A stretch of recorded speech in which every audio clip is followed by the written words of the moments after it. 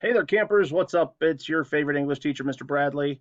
And today I'm going to give you a very brief rundown on Chapter 1 of The Great Gatsby. Now, in Chapter 1, we meet five characters, and these are really the five main characters that are going to matter to us throughout the entire text. We got Nick Carraway, Tom Buchanan, Daisy Buchanan, Jordan Baker, and the title character Gatsby. Well, sort of. Now, Nick is the one that we meet first. He is our narrator, and he is telling us this story about Jay Gatsby, a guy who he absolutely cannot stand. Well, at least he can't stand what the man stands for. He tells us on page 4 of the text that Gatsby turned out all right in the end. It is what preyed on Gatsby, what foul dust floated in the wake of his dreams, that temporarily closed out my interest in the abortive sorrows and short-winded elations of men. So we find out about Nick that he's a World War One vet. He speaks of this Grand Teutonic migration. Uh, Teutons were Germanic people who lived in Germany and Poland. So that's another way to talk about the Great War. He came home from the Great War. He's from Minnesota, and Minnesota seemed dull and boring to him. So he moved out to New York to try to make it in the bond business. Um, he's telling the story because he is connected to each one of these people in some way, shape, or form. He's an old college classmate at Tom's at New Haven, Connecticut. By the way, that's Princeton. Daisy is his second cousin once removed. That would be his cousin's daughter. And we get the very distinct impression from Nick right away that he's not like everybody else. He tells us that his dad only ever gave him one piece of advice. Not everybody in life has it as easy as he has, so he is inclined to reserve all judgment. But by the end of the chapter, we see Nick judging all of these people anyway. The next character we meet is, of course, Tom Buchanan. Now, Tom Buchanan is Daisy's husband. And here's the thing about Tom, he's stupid rich. Like, this guy has more money than his grandkids could spend. But not only is he stupid rich, he's just stupid.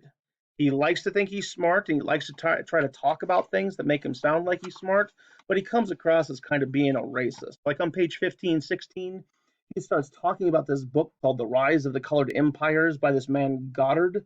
He says, well, it's a fine book and everybody ought to read it. The idea is if we don't look out, the white race will be utterly submerged. It's all scientific stuff. It's been proved. Daisy, of course, just pokes fun at him and says, Tom's getting very profound. He reads deep books with long words in them. Tom likes to pretend he's smart, but he just kind of nibbles at the edges of these pseudo intellectual things. Tom Buchanan, above everything else, is a guy who peaked in college. On page 8, we're told about him that he was a great football player, but he was a national figure in a way. One of those men who reaches such an acute, limited excellence at 21 that everything afterwards savors of anticlimax. So you'll meet people like this guy who everything they do in life is about trying to recapture the glory days that have passed them so far back. When he introduces himself to Nick, we see him as mean and aggressive. Nick describes him as having a hard, cruel body. We even see that he's possibly abusive to Daisy. Daisy points out to him that there's a bruise on one of her fingers, and she says, "You did it, you brute." And we do find out later in the book, or later in the chapter as well, that he's cheating on his wife.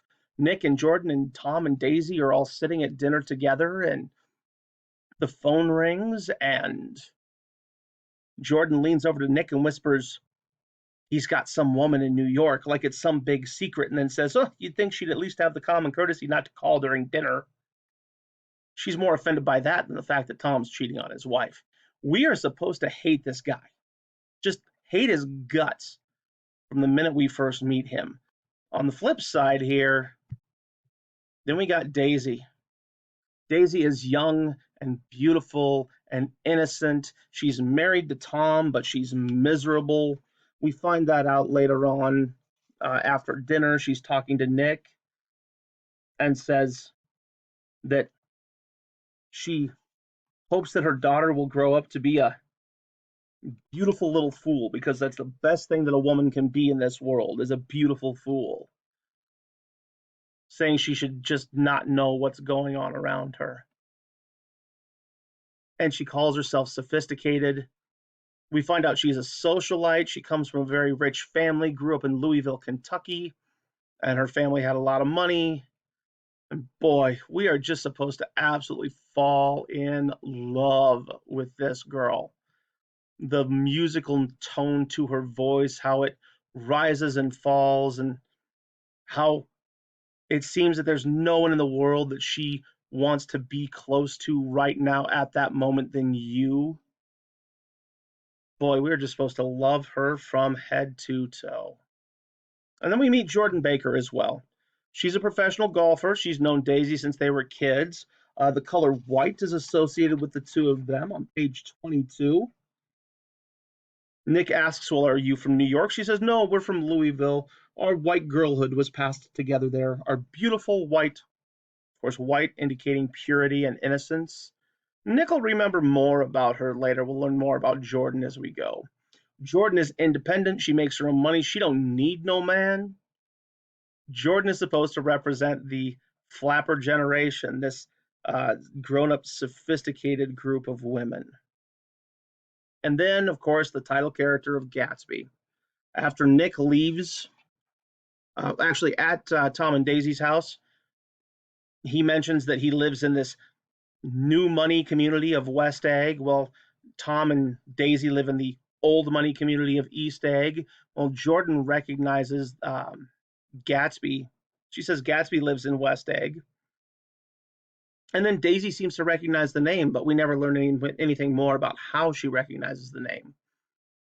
And before they can talk about her more, they have dinner, and then Nick ends up leaving the dinner later. And he sees his neighbor, or who he assumes is Gatsby, standing out on the balcony, looking out over the sound, reaching towards this green light and stretching out to grab it.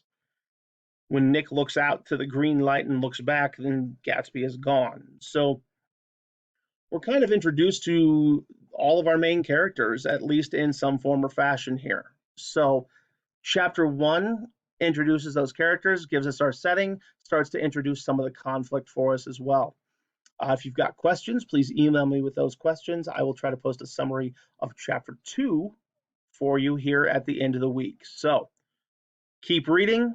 This is one of my absolute all-time favorite books. I love this book, and I hate every single one of these main characters by the end of the book. I'll make sure you find out why.